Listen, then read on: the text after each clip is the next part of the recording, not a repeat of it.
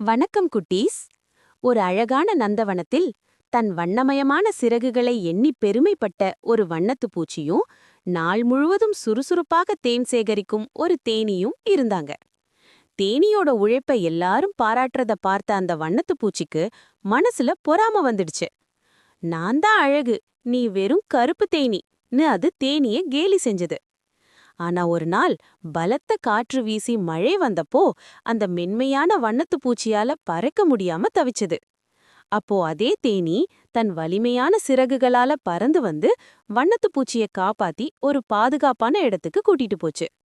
ஆபத்துல தேனீ செஞ்ச உதவிய பார்த்த வண்ணத்து பூச்சி, யாரையும் குறைவா எடை போடக்கூடாது, ஒவ்வொருத்தருக்கும் ஒரு தனித்திறமை இருக்குன்னு புரிஞ்சுகிட்டு தன் பொறாமைய விட்டுட்டு தேனீயோட நல்ல நண்பனா மாறிடுச்சு.